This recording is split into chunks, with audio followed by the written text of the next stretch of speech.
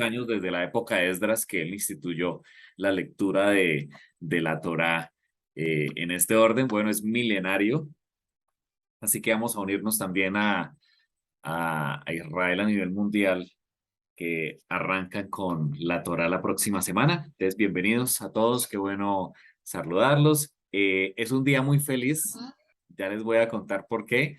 Además, porque es un mandamiento para hoy, al arrancar la fiesta de Sukkot, ser felices, alegrarnos. Así que es un momento para alegrarnos y no, no es en vano, no es en vano. Hoy recordamos un hecho que partió la historia del mundo en dos. eh, el nacimiento de Yeshua no es, por supuesto, en Navidad, no fue en invierno, fue en otoño. Yeshua nació en una azúcar, como la azúcar que acabo de enviarles allí de Paulita y su esposo, que ya la están celebrando en Australia. Bueno, Yeshua también nació en un azúcar, cumpliendo la profecía. Así que este es el momento de alegrarnos, de saber que nuestro Salvador llegó al mundo. Este es el momento de nuestra felicidad. Vamos a irnos inicialmente a Juan 21 antes de la oración. Juan 20, eh, allá en sus Biblias para que podamos seguir la lectura y pues dar las gracias a nuestro Dios porque nos permite reunirnos, nos permite estudiar su palabra. Nosotros somos estudiantes de Torah, eh, nos consideramos eso, estudiantes. Queremos seguir al Mesías Yeshua como sus discípulos o talmidim en hebreo. Nos une eso, precisamente que la sangre del Mesías Yeshua nos limpia, nos redimió de nuestros pecados. Y también creemos en que la Torá, más que ley, es instrucción, instrucción de vida, el manual de vida que el Señor dejó para que pudiéramos entender, vivir nuestra vida eh, de la mejor manera y, por supuesto, seguir al Mesías Yeshua. Así que eso es lo que creemos, eso es lo que nos une. Creemos, por supuesto, en la integralidad de la Biblia, desde Génesis hasta Apocalipsis, y esperamos la venida del Mesías prontamente, prontamente y en nuestros tiempos. Ayer se leía en la mayoría de Israel el cántico de Moisés y del Cordero.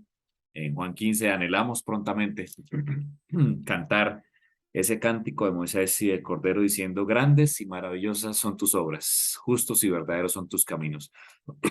Perdón, Rey de los santos. Oremos. Gracias, Señor, porque nos das el privilegio de podernos reunir en libertad, Señor. La libertad que nos das en unidad como estudiantes, eh, como discípulos, para aprender, para colocar práctica en nuestra vida, Señor. Venimos con pecados, con necesidades, con flaquezas en nuestro ser, Señor. Pedimos que nos renueves, como se renovó la luna al inicio de este mes, pero que también en esta luna llena vamos a recordar el nacimiento de Yeshua en esta tierra, pero que también nazca en nuestros corazones. Oramos por cada estudiante de Torah, Señor. Bendice cada necesidad. mm, Bendice, Señor, cada inquietud, cada problema, cada petición que tenemos en nuestro corazón, Señor. Responde en el nombre de Yeshua, Señor, de acuerdo a nuestras necesidades. Este mundo está convulsionado, los eventos nos lo indican, los rumores, las guerras y los rumores, pero también las señales, Señor, que vemos cada día que indica, Señor, que nuestro Mesías se acerca prontamente, Señor. Te alabamos, Señor. Entregamos nuestra vida, nuestro corazón y también danos tu espíritu para poder entender tu palabra en esta mañana. Te pedimos en nombre de tu Hijo Yeshua. Amén. Amén. Muy bien. Vamos a ver hoy doble tema, por eso arrancamos de una vez, porque hoy vamos a finalizar capítulo 20 de Juan, pero también vamos a aprovechar la fiesta de Sukkot, que está a punto de iniciar. Como nos mencionó Sandra, que ya está armando la azúcar. Bienvenida a las fotos al grupo de estudiantes de Torah con las azúcares, donde usted la arme o si va a alguna comunidad. Bienvenidas también las fotos que usted nos pueda compartir. Juan 20.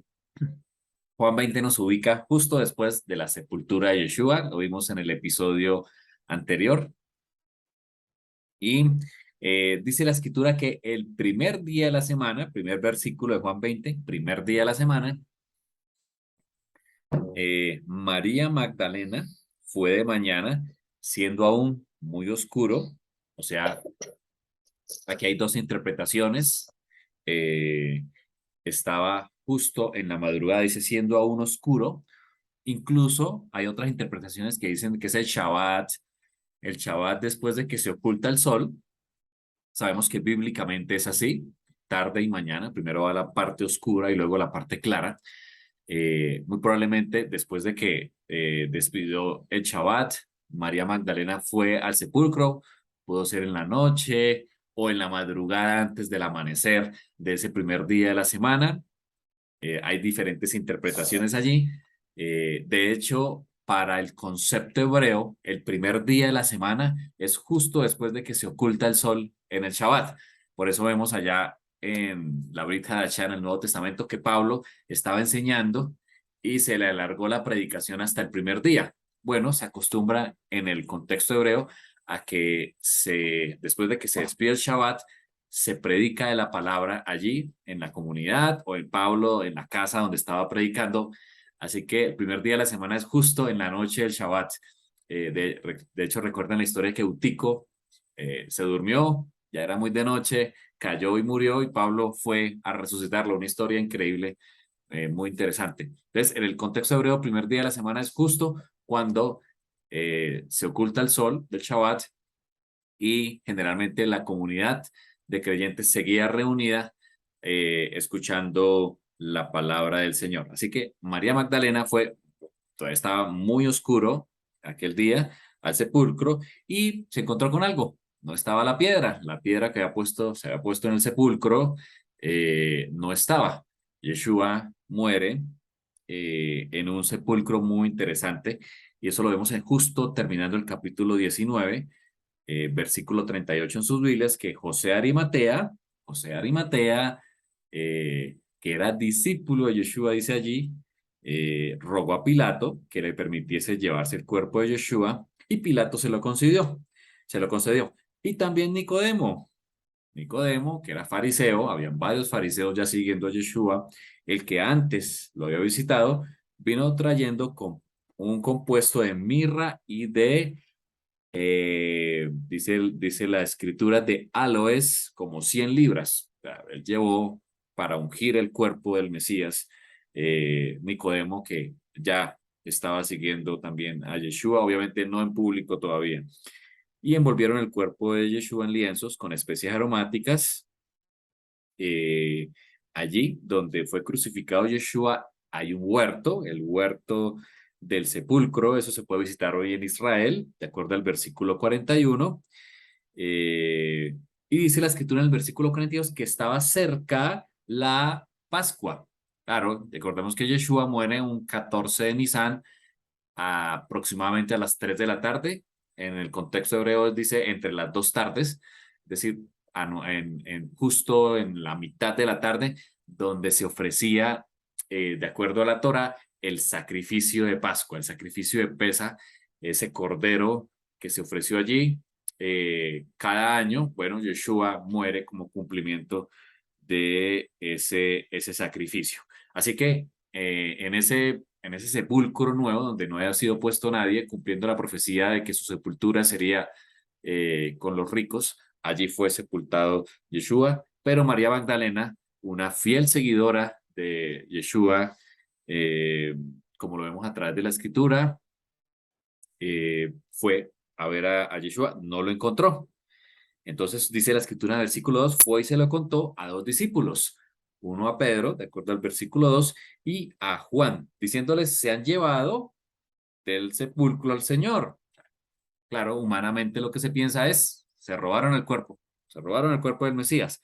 Así que dice la escritura que salió corriendo Pedro y Juan eh, al sepulcro, corrían los dos, pero dice Juan 24, el otro discípulo, recuerde que Juan siempre habla en tercera persona de él, el otro discípulo corrió más aprisa que Pedro y llegó primero al sepulcro.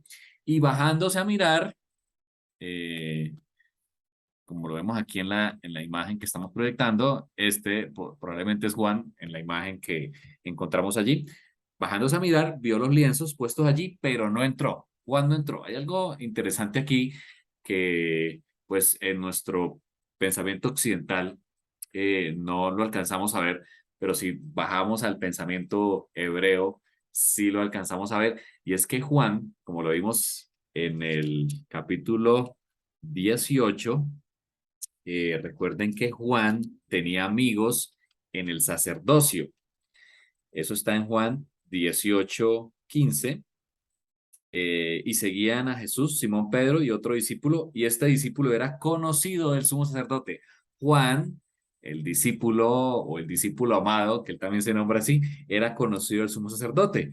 Y él sí pudo entrar allá al patio donde estaban interrogando a Yeshua, pero Pedro no pudo entrar. De hecho, dice la escritura que por intermedio de Juan fue que Pedro pudo entrar allí al patio y fue donde le negó 3 veces.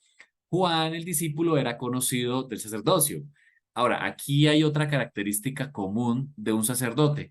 Un sacerdote no entra a un sepulcro. Un sacerdote, de acuerdo a la Torá, no puede contaminarse con muerto. No podía tocar, pues, precisamente por el oficio que llevaba. Es muy probable, de acuerdo a esto, que Juan, el discípulo, también fuera sacerdote. Ya vimos anteriormente que Juan el Bautista, obviamente hijo de Zacarías, también era un, un sacerdote, pero estos versículos nos muestran que muy probablemente Juan el discípulo también tenía herencia, era un levita, probablemente también era un sacerdote y por eso él no entró a la tumba hasta que no se cercioró que no había, que no estaba el cuerpo, porque de acuerdo a la Torah, pues no podía contaminarse y por eso lo vemos aquí en Juan 20 que se quedó a la puerta. Pero el versículo 6 nos dice que Pedro, entró tras él sí entró al sepulcro. Claramente Pedro no es un levita. Pedro entra al sepulcro y como lo vemos aquí, él ve los lienzos que Nicodemo y José Arimatea habían envuelto a Yeshua.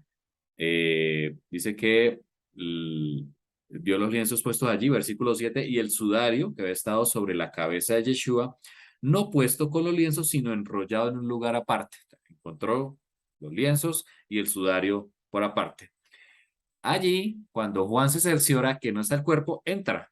Dice versículo 8, entró también el otro discípulo que había venido primero al sepulcro y vio y creyó. Entonces, Juan entra cuando ya se cerciora que no está el cuerpo y creyó también. No estaba el cuerpo de Yeshua. Dice el versículo 9, porque aún no habían entendido la escritura de que era necesario que él resucitase de los muertos. No lo habían entendido. Y volvieron los discípulos a los suyos. Pero María se quedó allí. Los dos discípulos, Juan y Pedro, se devolvieron, dice la escritura, a los demás porque ellos estaban en un lugar escondidos, con un poco de temor, ¿cierto? María Magdalena se queda allí. Y allí sucede algo extraordinario. María estaba llorando junto al sepulcro, dice el versículo 11, y mientras lloraba se inclinó para mirar dentro del sepulcro y vio dos ángeles que estaban sentados, el uno a la cabecera y el otro a los pies. ¿Dónde estaba el cuerpo de Yeshua? Donde el cuerpo de Yeshua había sido puesto. Aquí hay algo muy interesante en lo que María Magdalena ve. Ella ve a dos ángeles, uno a la cabeza y otro a los pies. ¿Ustedes recuerdan el santuario en el lugar santísimo, donde estaba el arca del pacto? ¿Qué había encima del arca del pacto? Dice la escritura que habían dos querubines inclinándose el uno hacia el otro, mirando hacia la tapa la tapa o el propiciatorio del arca del pacto. Eh, María ve algo similar, pero en 3 dimensiones allí, digamos, en carne, porque ella como no podía entrar al lugar santísimo, lo ve allí, ve a dos ángeles que estaban uno a los pies y el otro a la cabecera. Eh, Dice la escritura, eh, del lugar donde había sido puesto el cuerpo de Yeshua. Así como Yeshua, así como el sumo sacerdote, en el Yom Kippur entraba hasta el lugar santísimo y asperjaba con su dedo 7 veces hacia la tapa del propiciatorio, dejando allí la sangre que cubría o que hacía capará, el mismo verbo con el que Noé pintó el arca, cubrir, como cuando usted pinta su casa, porque hay una imperfección en su pared, usted la pinta para borrar las imperfecciones. Bueno, la sangre del Mesías también borró, limpió nuestras impurezas. Así que los dos ángeles estaban mirando allí, quizás había sangre, muy probablemente allí había sangre de Yeshua, que implica que él, su sangre es la que cubre multitud de pecados, así como los querubines en el lugar santísimo que miraban hacia la sangre que estaba asperjada hacia el lugar santísimo. Muy interesante lo que ve aquí María Magdalena. Y le dijeron estos dos ángeles, mujer, ¿por qué lloras? Les dijo, porque se han llevado a mi señor y no sé dónde lo han puesto. Cuando había dicho esto, se volvió y dice que vio a Yeshua que estaba allí, mas no sabía que era Yeshua. Esto lo hablamos cuando hablamos de Juan 14, que cuando Yeshua se presenta a sus discípulos aquí, después de su resurrección, no lo reconocen. Varios versos en la escritura. Él se presentó como otro. Él tenía otra apariencia y por eso los discípulos que eran tan cercanos, porque un discípulo en el contexto hebreo es muy cercano al Mesías, camina como el Mesías, lo imita en todo, así que es muy extraño que no le reconocieran. Claramente la Biblia nos muestra que Yeshua tenía otra apariencia. Versículo 15, y Yeshua le dijo a la mujer, ¿por qué lloras? ¿A quién buscas? Ella pensando que era el hortelano, es decir, el que arreglaba el jardín, el jardinero, ¿cierto? El jardinero, le dijo, Señor, si tú te lo has llevado, dime dónde lo has puesto y yo lo llevaré. Aquí hay algo muy interesante en lo que menciona María Magdalena al ver a Yeshua, que no le reconoce y piensa que es el hortelano, que es el que cuida el jardín. Sin quererlo, María Magdalena se está refiriendo a él con un cumplimiento profético. Recordemos, nuestros primeros padres en Edén, a Adán se le dio la función de cuidar el jardín. Ese fue el trabajo que se le encomendó a Adán de acuerdo a la escritura. Aparte de que también tuvo la tarea de poner nombres a los animales, fue una tarea bien interesante. También a Adán se le colocó la función de cuidar el jardín. Así que Adán no se la pasaba acostado o mirando las flores, las frutas junto con Eva, sino él trabajaba. El trabajo no es un resultado del pecado para quienes lo creen. El trabajo estaba antes del pecado, así que hay que disfrutar el trabajo también. Y Adán tenía que cuidar el jardín. Pero Adán pecó, dice la escritura, el primer Adán pecó. Así que era necesario que llegara el segundo Adán. El segundo Adán era necesario para cuidar, ¿cierto? Hacerse cargo del jardín. Aquí ya estamos hablando del jardín de nuestro corazón, que había sido dañado, que Adán no pudo seguir haciendo su trabajo porque como pecó fue expulsado del Edén. Ahora aquí llega un nuevo hortelano. De acuerdo a María Magdalena, ella profetiza que el nuevo hortelano había llegado. El segundo Adán estaba frente a ella. Eh, y eso ya lo vamos a ver en un versículo a continuación del primero y el segundo Adán. Y Yeshua le dijo, versículo 16, María, en hebreo, Miriam, y volviéndose ella le dijo, Raboni. Raboni es una palabra que tiene la misma raíz de rabí o de rabino, que en el caso de Raboni quiere decir maestro. Ella le reconoció. Aquí Yeshua hace algo muy interesante de acuerdo al versículo 17. Él le dice, no me toques, porque no he subido a mi Padre, mas ve a mis hermanos y diles, subo a mi Padre, dice Yeshua, y a vuestro Padre, a mi Dios y a vuestro Dios. En muchas ocasiones Yeshua se refiere al Padre como su Dios. Dice él, esta es la vida eterna, que te conozcan a ti, el único Dios verdadero, el único, refiriéndose a la unicidad, y a Yeshua Hamashiach, y a Jesucristo, a quien has enviado. En muchas ocasiones Yeshua nos recuerda la unicidad de Elohim, del Padre, que está marcada en toda la escritura, eh, contrastando con otros pensamientos. Eso ya fue otro tema que vimos aquí. El Adonai es uno solo. De hecho, la oración que repetimos a nuestros hijos al amanecer y al atardecer, que les decimos Shema Israel o Oye Israel, Adonai, Eloheno, Adonai es el Señor, Adonai uno es, Adonai Ehad, Adonai uno es. Aquí Yeshua nuevamente le dice, subo a mi Padre y a vuestro Padre, a mi Dios y a vuestro Dios. Y dice que María Magdalena fue para dar las buenas nuevas a los discípulos. Ella, esta discípula, fue la encargada de dar las buenas nuevas de que el novio había resucitado. Había un novio para la novia que había sido libre de su acta de decreto, su carta de divorcio a través de la cruz. Había un novio esperando a la novia. Vamos a analizar un poco el por qué Yeshua le dice a la mujer en el versículo 17, no me toques, porque aún no he subido a mi Padre.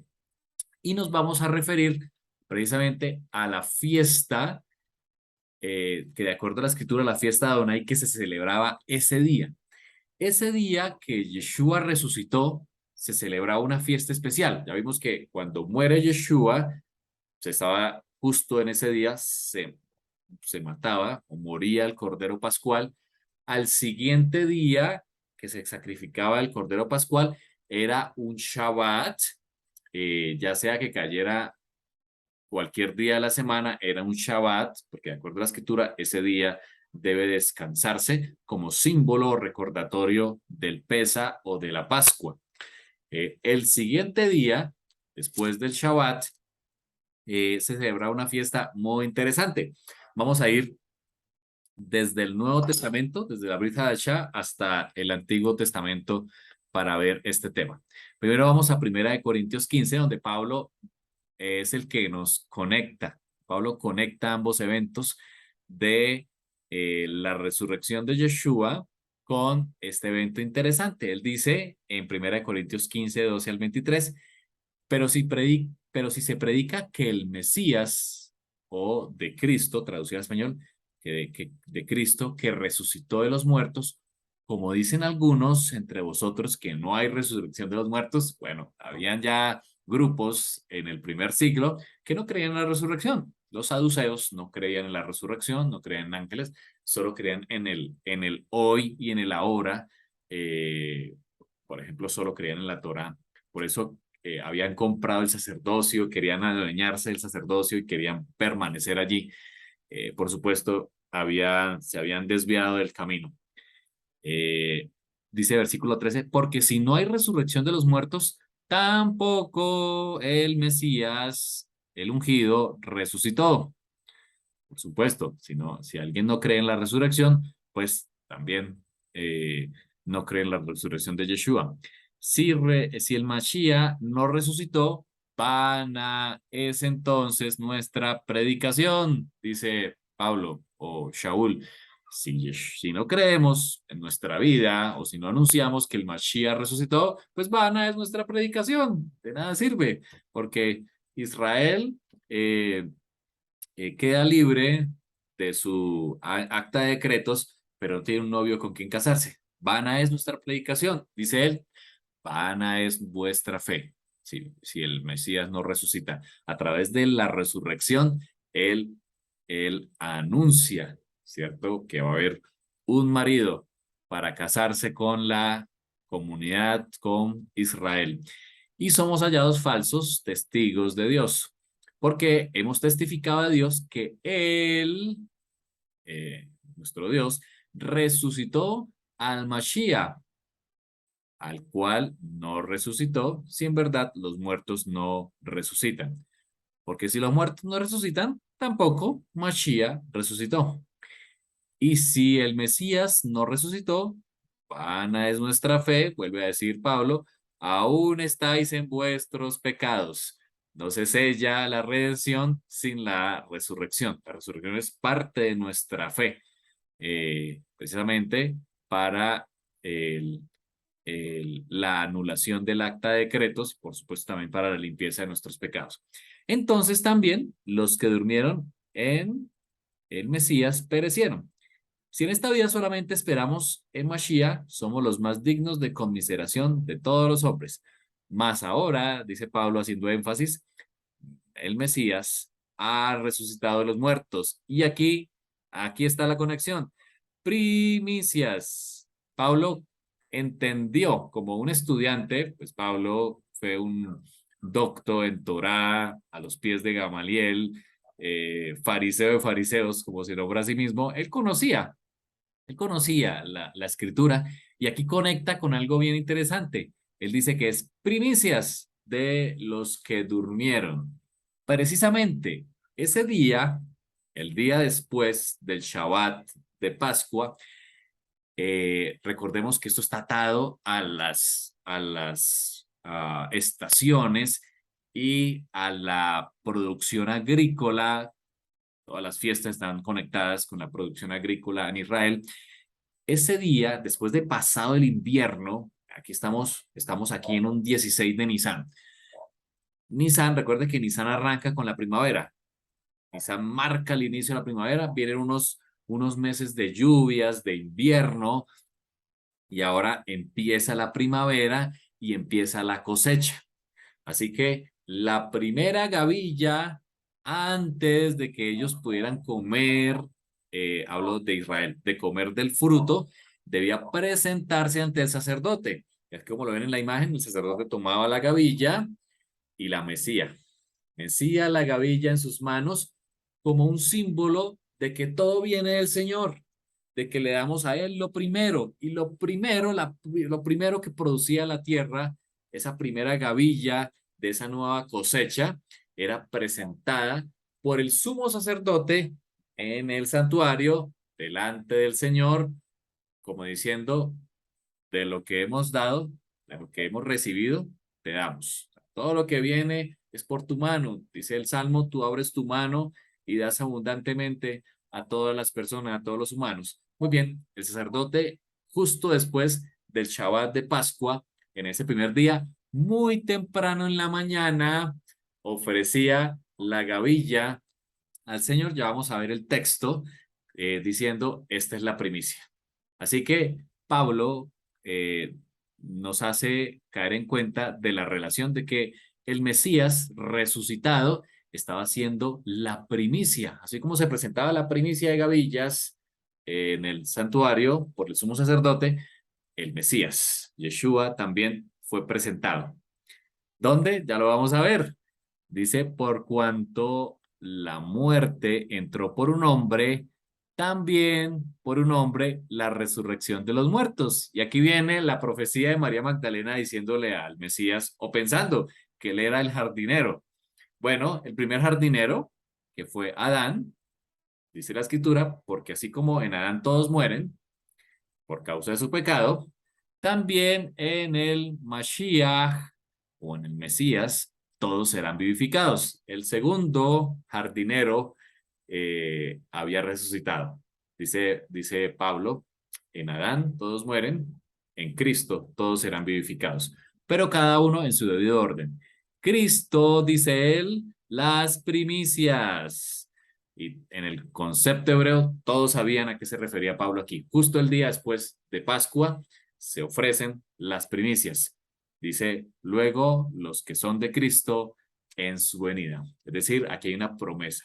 Para quienes hemos perdido a un ser querido, creo que todos tenemos nuestra esperanza aquí, que así como el Mesías fue la primicia que se presentó allí, así como el sacerdote presentaba la primicia y la Mesía, también dice en su venida, que prontamente esperamos y oramos para que sean nuestros días, también habrán primicias, ¿cierto? El Señor resucitará a los muertos que creen en Él. Qué hermosa promesa, hermosa promesa.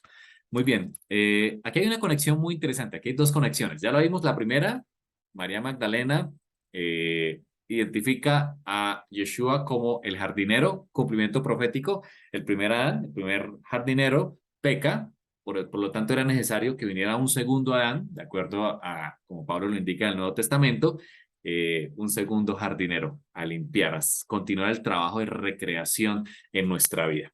La segunda conexión, la vemos aquí en Pablo, que dice que Yeshua es las primicias. Vamos a ver un poco acerca de las primicias. ¿Qué son las primicias? ¿Qué se celebraba este día? Por eso nos vamos a Levíticos, capítulo 23. Vayan también en sus Biblias, a pesar de aquí los pongo, igual vean en sus Biblias. Levítico 23 es un texto muy interesante. De hecho, es mi porción de la Torá. ¿Por qué digo que es mi porción de la Torá? Cuando yo nací, se leía esta porción. Esa semana se leía esta porción. Si usted quiere saber cuál es su porción, nos avisa y le ayudamos a identificar cuál es la porción de la Torá de acuerdo a su fecha de nacimiento. Y Levítico 23 dice el Señor que las fiestas solemnes, estas son las fiestas solemnes, versículo 2 de 23, estas son las fiestas solemnes de Adonai, las cuales proclamaréis como santas convocaciones. Y la primera fiesta, ¿cuál es? Versículo 3, el Shabbat. 6 días trabajarás, más el séptimo será día de reposo. Y arranca con el versículo 5 con cada una de las fiestas. La primera, la Pascua, por supuesto. Vamos a irnos al versículo 10, versículo 10 que aparece aquí en pantalla. Habla a los hijos de Israel y diles, cuando hayáis entrado en la tierra que yo os doy y seguéis su mies, traeréis al sumo sacerdote una gavilla. Una gavilla es un racimo pequeño. De hecho, en las Biblias, en el hebreo dice un gomer y eso tiene un peso específico, un omer. Traeréis al sumo sacerdote una gavilla por primicia. Aquí está la conexión con Pablo. Así que Yeshua es esa primicia que se recogía, ya la primera que se recoge del campo, antes de que pudieran comer del fruto, tenían que presentarla ante el sacerdote. Dice, de los primeros frutos de vuestra siega.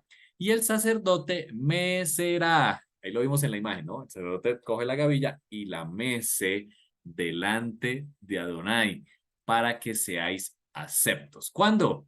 El día siguiente del día de reposo. Bueno, ya vimos, Yeshua muere un 14 de Nisan, el 15 era un día de reposo porque era Shabbat, de acuerdo a la fiesta que iniciaba de los panes sin levadura.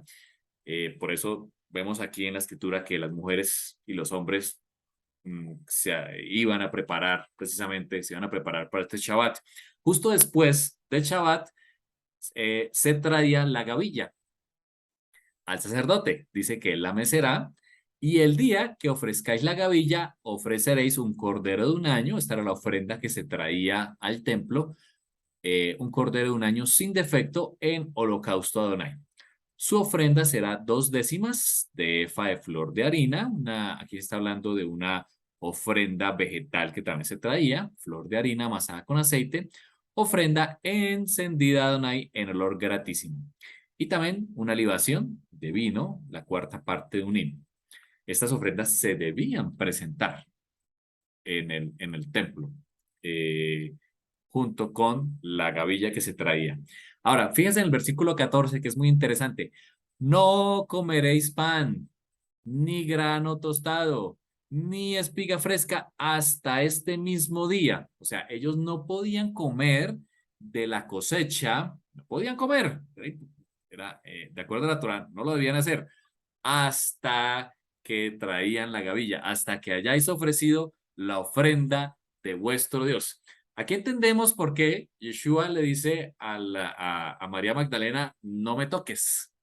Nadie podía tocarlo porque él no había sido presentado como gavilla, como primicia ante Dios. Por eso encontramos en Juan 20 que él le dice, Juan 20:17, que le dice, no me toques, Miriam, no me toques porque aún no he subido a mi padre. Yeshua tenía que cumplir la Torá nuevamente, como lo hemos visto. ¿Y cómo lo debía cumplir? Él tenía que presentarse delante de Dios en el cielo y no sabemos, pero muy probablemente bíblicamente Yeshua fue mesido. Cuando él se presentó delante de Dios allá en el cielo, si se cumplió la Torá ya, muy probablemente Yeshua fue mecido. Su cuerpo fue mecido.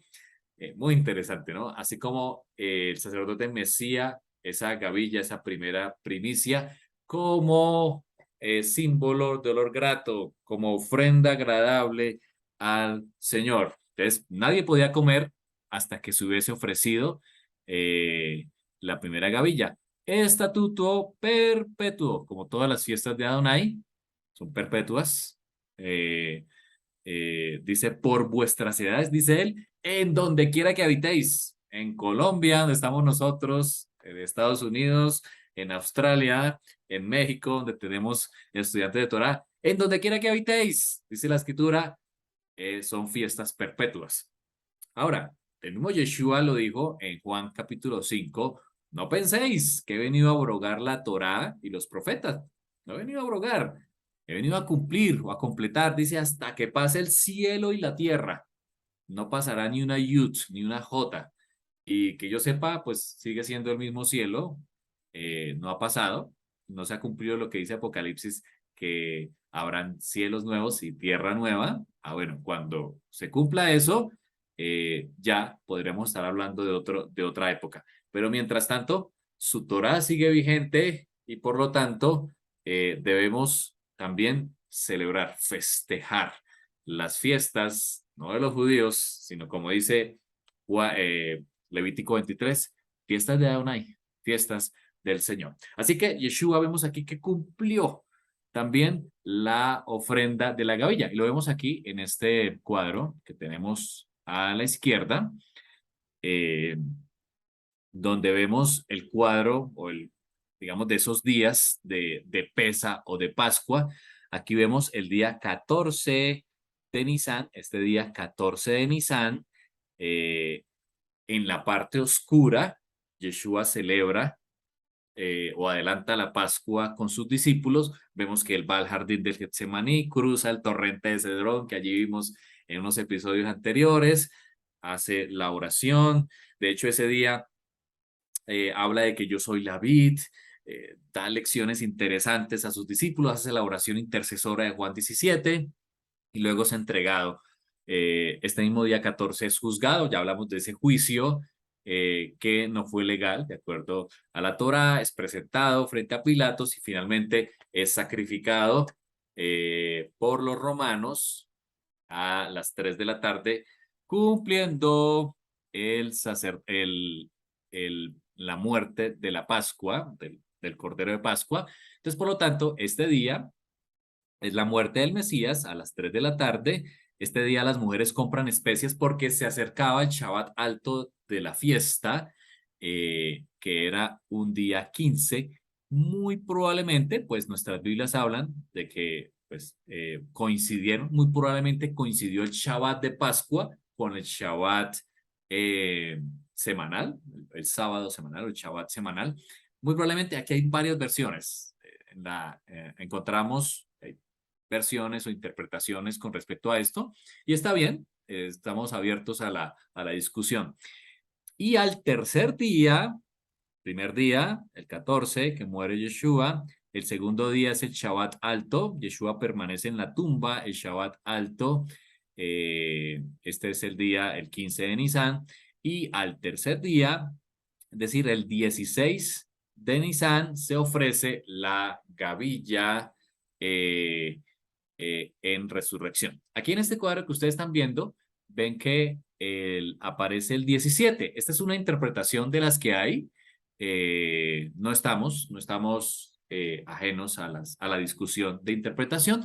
En esta interpretación, que es muy conocida en el pensamiento hebreo, se dice que Yeshua, la última cena fue el día quinto de la semana, que la Pascua cayó un viernes, o sea, el día de Pascua, el Shabbat alto, cayó un viernes y se pegó con el Shabbat semanal, o sea, que hubo 2 días allí de Shabbats, el Shabbat de la Pascua y el Shabbat semanal, y el 17 fue el primer día de la semana, válido. Finalmente, lo que dice Levítico 23 es que debe ser justo después del Shabbat.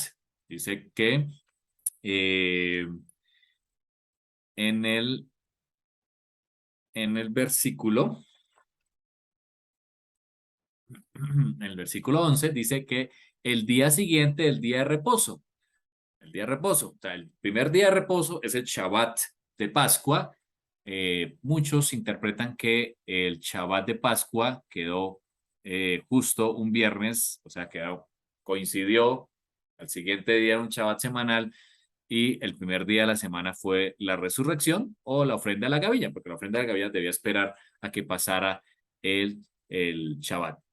Así que es muy probable que fue o un 16 o un 17 de Nisan que resucita Yeshua cumpliendo, siendo cumplimiento de la ofrenda de gavillas. Precioso cumplimiento que nos da el Señor. Finalmente, el capítulo 20 de Juan, para que pasemos a la segunda parte, dice que Yeshua se aparece formalmente. Dice que cuando llegó la noche de aquel mismo día, o sea, del primero de la semana, versículo 19, estoy, Juan 20, eh, eh, estando las puertas cerradas en el lugar donde los discípulos estaban reunidos por miedo de los Yehudí, de los judíos, claro, pensaban que podían ser muertos como Yeshua, vino él, Yeshua, y puesto en medio les dijo, Shalom, les dijo, era un saludo muy común, sigue siendo muy común en el pensamiento hebreo, el saludo de Shalom. Cuando les hubo dicho esto, les mostró las manos porque no le reconocían. Él se presentó en otra apariencia, pero les mostró las manos, las señales en las manos y en su costado. Y los discípulos se regocijaron viendo al Señor. Es decir, no le reconocían, pero él les mostró las marcas de su muerte. Y Yeshua les dijo otra vez, Shalom, como me envió el Padre, así también yo os envío. Y aquí hace algo interesante. Él sopló. Allí Yeshua sopla a sus discípulos y les dice, recibid el espíritu de Adonai. El espíritu de Adonai, que ya vimos que es la misma presencia del Padre, no es otra cosa, de acuerdo al pensamiento hebreo, que la misma presencia del Padre a través de Yeshua. Esa es la interpretación hebrea que encontramos en la Escritura. La misma presencia del Padre a través de Yeshua fue, dice que, recibida en sus discípulos en aquel momento. Y aquí estaba Tomás, muy conocido. Dice que uno de los 12, llamado Dídimo, Dídimo quiere decir gemelo. Aquí hay diferentes interpretaciones. Algunos dicen que tenía un gemelo, otros dicen que es un hebraísmo porque Tomás se parecía físicamente a Yeshua y por eso le decían el gemelo. Así que es probable que Tomás tenía la misma apariencia física de Yeshua. Eh, él estaba allí, perdón, no estaba con ellos cuando Jesús vino y le dijeron pues los otros discípulos, al Señor hemos visto. Él le dijo, si no viere en sus manos la señal de los clavos y metiere mi mano en el lugar de los clavos, no creeré.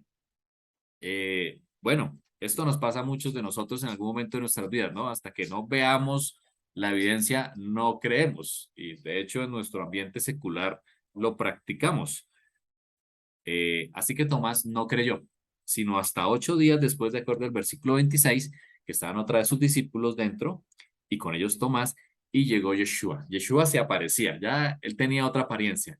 Él ya cruzaba las paredes, ya estaba en otra forma, ¿no? Ya tenía otra esencia. Eh, Él se puso en medio y nuevamente les dijo, Shalom. Y luego dijo a Tomás, pon aquí tu dedo y mira mis manos, y acerca tu mano y métela en mi costado. Y no seas incrédulo, le dijo Yeshua, sino creyente. Aquí Yeshua estaba hablando acerca de la definición de creyente, como tú y yo. Eh, Le dijo a Tomás, no seas incrédulo, mete tu mano en mis manos, en mis señales. Y Tomás le dijo, Señor mío y Dios mío. Allí le reconoció. Y aquí Yeshua termina este capítulo 20 con un versículo extraordinario cuando dice, porque me has visto, Tomás, creíste. Bienaventurados los que no vieron y creyeron. Aquí Yeshua se está refiriendo a ti y a mí, a quienes en la consumación de los siglos hemos creído en Yeshua sin tocar, sus manos o su costado, sin tocar de esas señales, pero hemos creído. Así que de acuerdo a la escritura tú y yo, cuando aceptamos al Mesías, su sacrificio, su vida, su resurrección, somos bienaventurados, somos felices. Y creo que esa es la palabra que tiene que permanecer en nuestras mentes hoy. Tú y yo somos bienaventurados cuando creemos en el Mesías, somos felices, somos dichosos.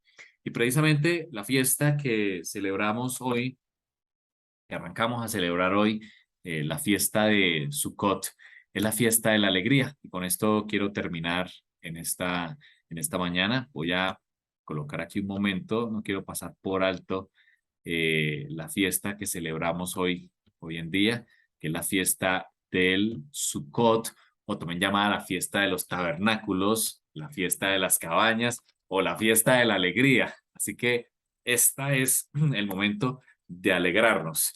Y a través de todo el año, perdón, pongo aquí el puntero, eh, espérame un segundo.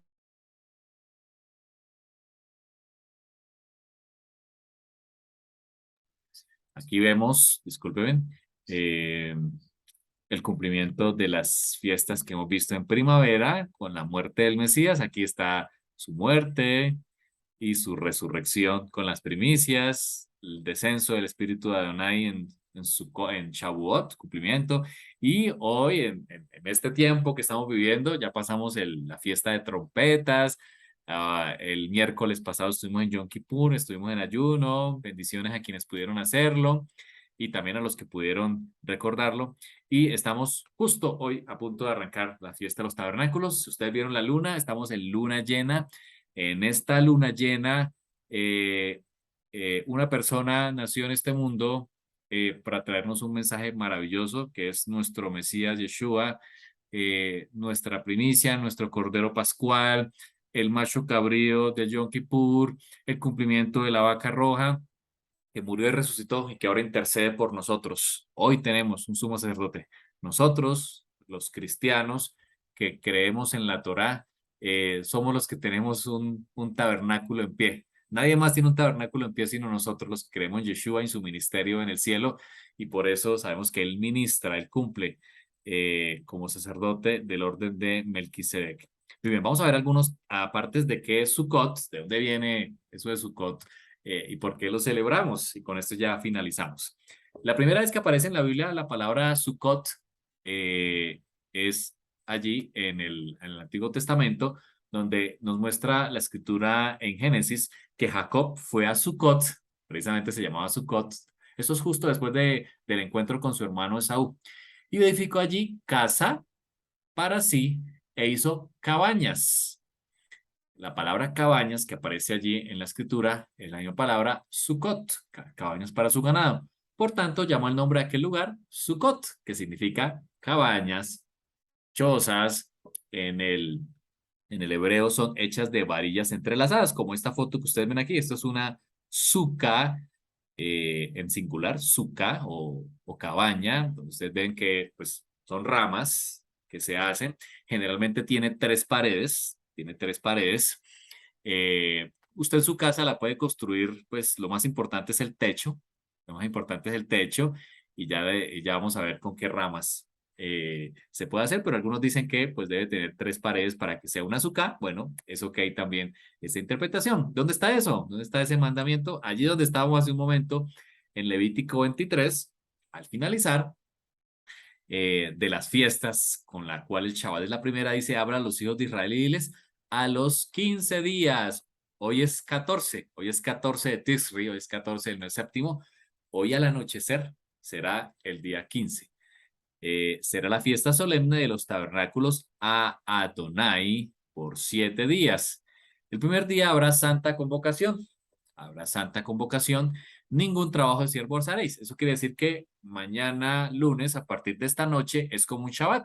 Así que quienes puedan, nuevamente, en sus agendas, quienes hicieron provisión, aprovechen para disfrutar este día. Es un día de reposo, es un Shabbat, dice, de acuerdo a la Torah es un día de santa convocación, ningún trabajo de siervos haréis. Sabemos que por nuestras agendas y el calendario occidental a veces no es tan fácil, no es fácil pedir permiso, etcétera, pero en la medida que usted puede ir haciéndolo, es el mandamiento del Señor, es el mandamiento del Señor, así que muy importante que podamos ir organizando nuestras agendas. 7 días ofreceréis ofrenda encendida a Adonai. Esto se hacía cuando el santuario estaba en pie. Tenemos un santuario en este momento celestial. El octavo día, es decir, el otro lunes, que es 17, ese va a ser más fácil para los que vivimos en Colombia, porque es festivo. Tendréis santa convocación y ofreceréis ofrenda encendida a Adonai. Es fiesta, ningún trabajo de siervo haréis. Así que el próximo lunes 17 de octubre, quienes están en Colombia, la van a tener más fácil, la vamos a tener más fácil, porque también es Shabbat, es el octavo día de la fiesta. Son 7 días de fiesta, recordando que vivimos en cabañas en el desierto, que el Señor quiso tabernaculizar o hacer su tabernáculo con nosotros, que Yeshua también nació un día como hoy, 15 de Tisri, eh, pero hay un día octavo en la fiesta. Es como si el Señor quería quedarse un día más, como ese invitado especial que tenemos en nuestra casa, que en una fiesta y que pues queremos que no se vaya y le decimos quédese mañana y mañana se va. Bueno, así es. El Señor quería quedarse con su pueblo un día más. Ese día octavo es un día, el Shmirit, el día octavo de la fiesta, es un día muy especial, eh, porque no hace parte formal de Sukkot, sino es un día diferente. Y el día 8, el día octavo, o el número 8, implica eternidad. Es muy probable que el Señor a través del día octavo de la fiesta nos está diciendo, no solo estaré 1000 años con ustedes reinando, sino una eternidad. El día octavo nos muestra que el Señor quiere quedarse con nosotros la eternidad, que habrá eternidad para quienes creemos. Estas son las fiestas solemnes de Adonai, a las que convocaréis santas reuniones para ofrecer ofrenda encendida a Adonai, holocausto y ofrenda, sacrificio y libaciones, cada cosa en su tiempo. Además de los días de reposo de Adonai, de vuestros dones, todos vuestros votos y de todas vuestras ofrendas voluntarias que acostumbráis dar a Adonai.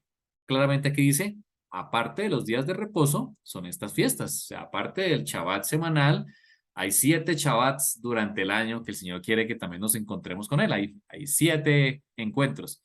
Dice él, pero a los 15 días del mes séptimo, o sea, un día como hoy, cuando arraya y recogió el fruto de la tierra, justo en un día como hoy se termina la cosecha, especialmente la cosecha del trigo y de la uva. Un día como hoy, en Oriente, están las mujeres, cuando se utilizaba, por supuesto, pisando el lagar. Esas uvas que se recogieron, se colocaban en el lagar y se pisa el lagar. Cumplimiento profético que vemos en Apocalipsis capítulo 19, cuando Yeshua dice que él pisará el lagar de su ira. Es decir, en una temporada como otoño, de acuerdo a la escritura, Yeshua volverá. Eso ya lo vimos también en Yom Teruah, cumpliendo también la profecía.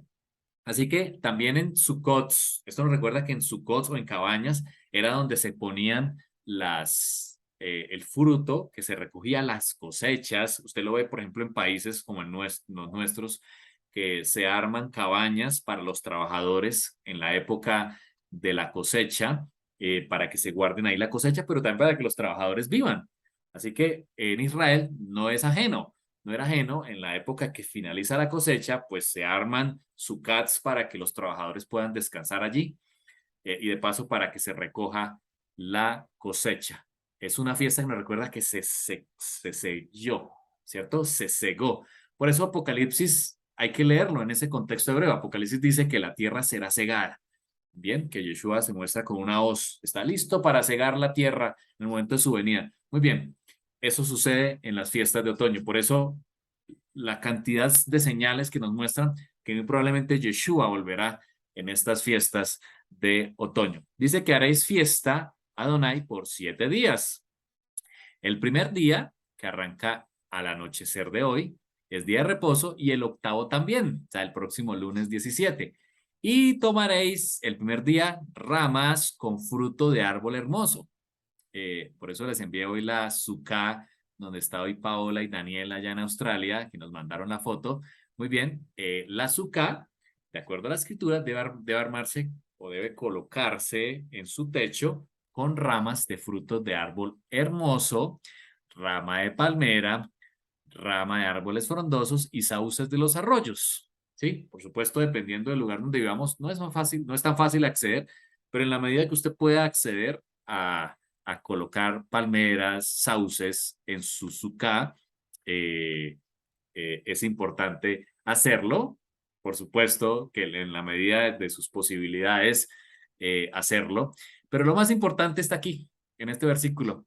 Así como el Señor terminó capítulo 20 de Juan, que benditos o bienaventurados, dichosos los que no vieron y creyeron. Bueno, tú y yo, hoy es un día para regocijarnos también, porque el mandamiento es así: os regocijaréis delante de Adonai vuestro Dios por 7 días. Así que el Señor tiene un mandamiento muy interesante y ser feliz.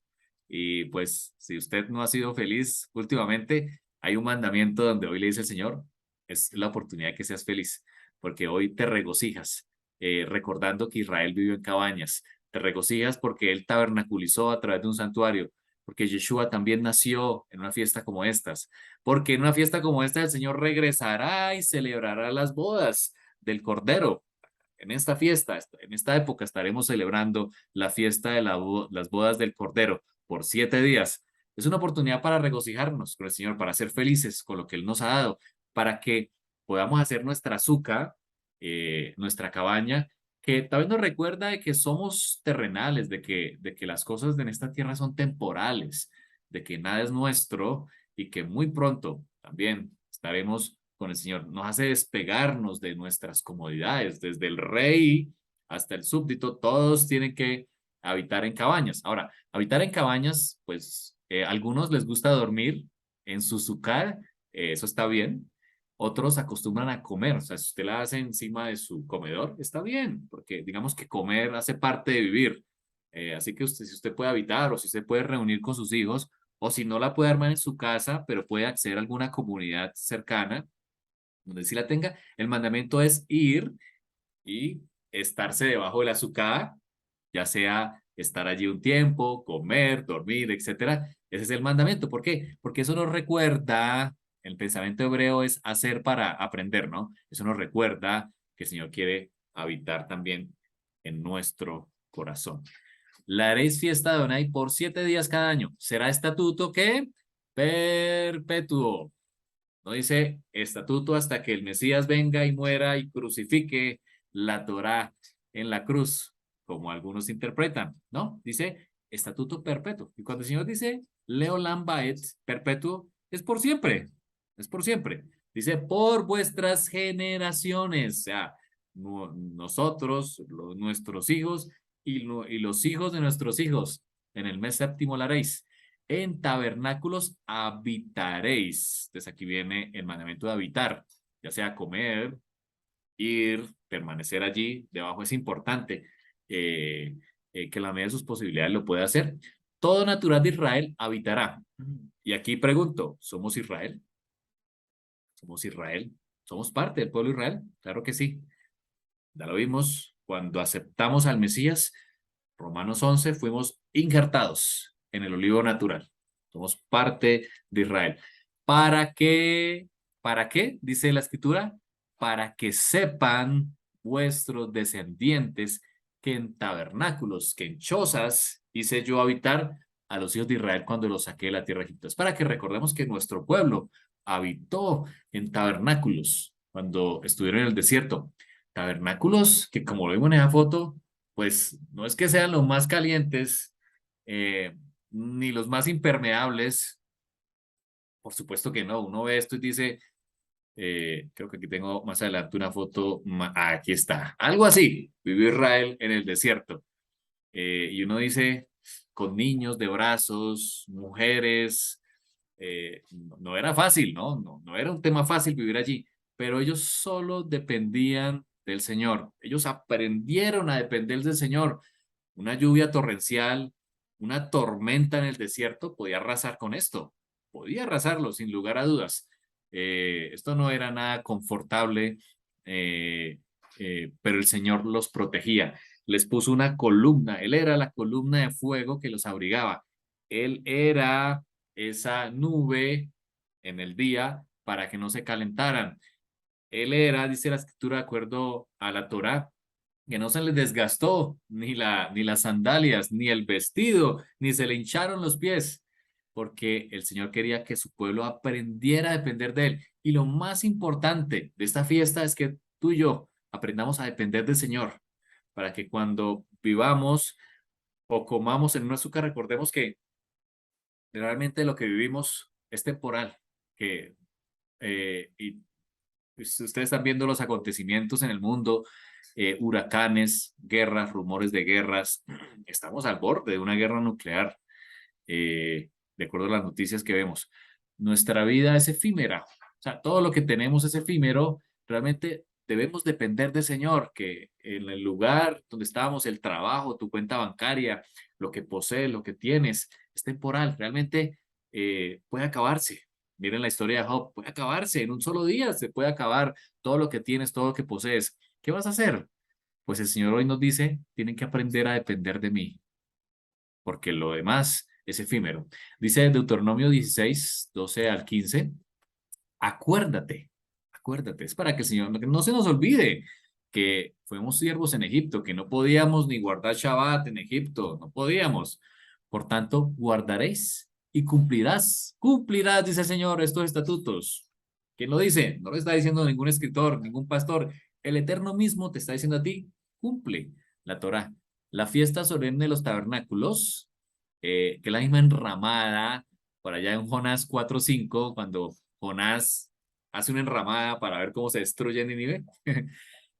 Harás por 7 días cuando hayas hecho la cosecha de tu era y de tu lagar. Justo después de la cosecha, o sea, cumplimiento profético, viene Yeshua, cosecha la tierra, sus escogidos, y justo después de la cosecha se celebra la fiesta de Sukkot. Así que esperamos y que sean nuestros días celebrar Sukkot con el Mesías, junto con el Mesías.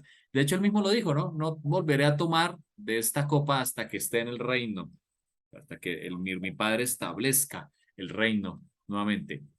Y nuevamente dice Deuteronomio, y te alegrarás. Por segunda vez lo dice, te alegrarás en tus fiestas solemnes. ¿Quiénes?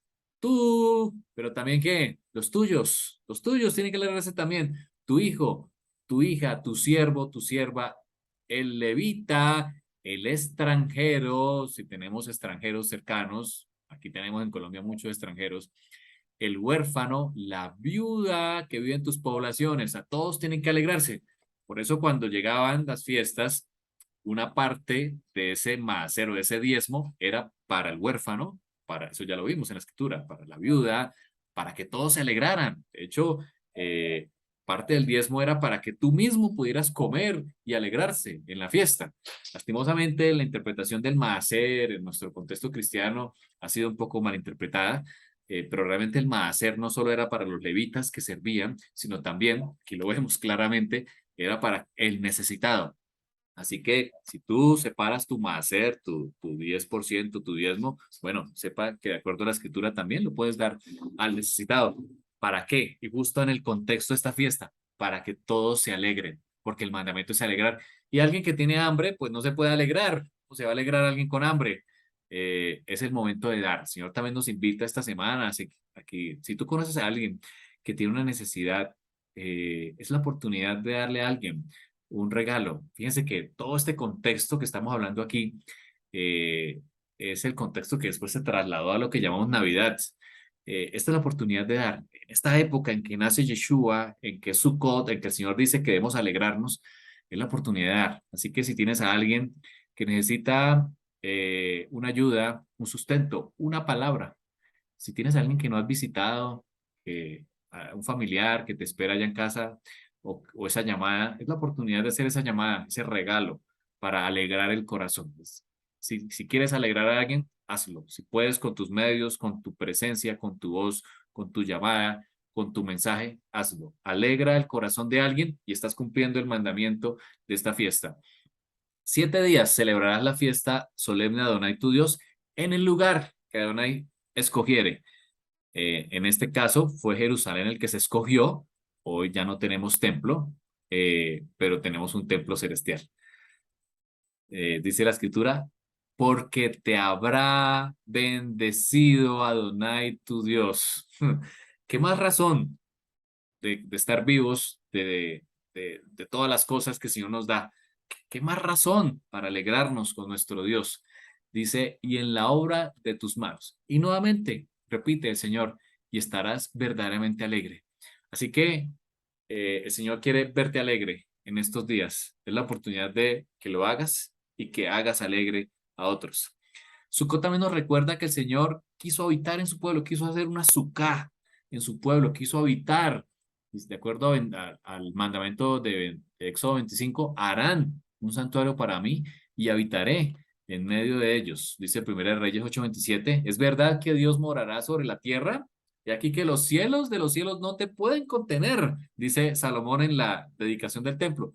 Cuánto menos esta casa que yo he edificado. Dice Números 35, no contaminéis pues la tierra donde habitáis, en medio de la cual yo habito, porque yo habito, yo tabernaculizo, el Señor quiere habitar en medio de ellos. De hecho, esta palabra habitar de Éxodo 25, la verdadera traducción sería, y harán un santuario para mí, y habitaré más que en medio, eso es un hebraísmo que quiere decir en nosotros, diríamos hoy en nuestro español cristiano, en nuestros corazones. Harán un santuario para mí y yo habitaré en sus corazones. Sería la traducción cristiana en nuestro argot. Segunda de Corintios 6:16. ¿Y qué acuerdo hay entre el templo de Dios y los ídolos? Porque vosotros, tú y yo, somos templo del Dios viviente. El Señor quiere habitar en nosotros. No lo contiene un templo, una casa, pero sí, con su espíritu, su rúa sí puede habitar en nosotros. Es algo extraordinario que el Dios de los cielos no lo pueda contener nada material, pero su espíritu sí puede habitar en nosotros. Es algo extraordinario. Es una promesa preciosísima. Dice él, habitaré delante de ellos, seré su Dios y ellos serán mi pueblo. Salmo 132, Adonai ha escogido a Sión, la quiso por habitación para sí. Este será para siempre el lugar de mi reposo. Aquí habitaré.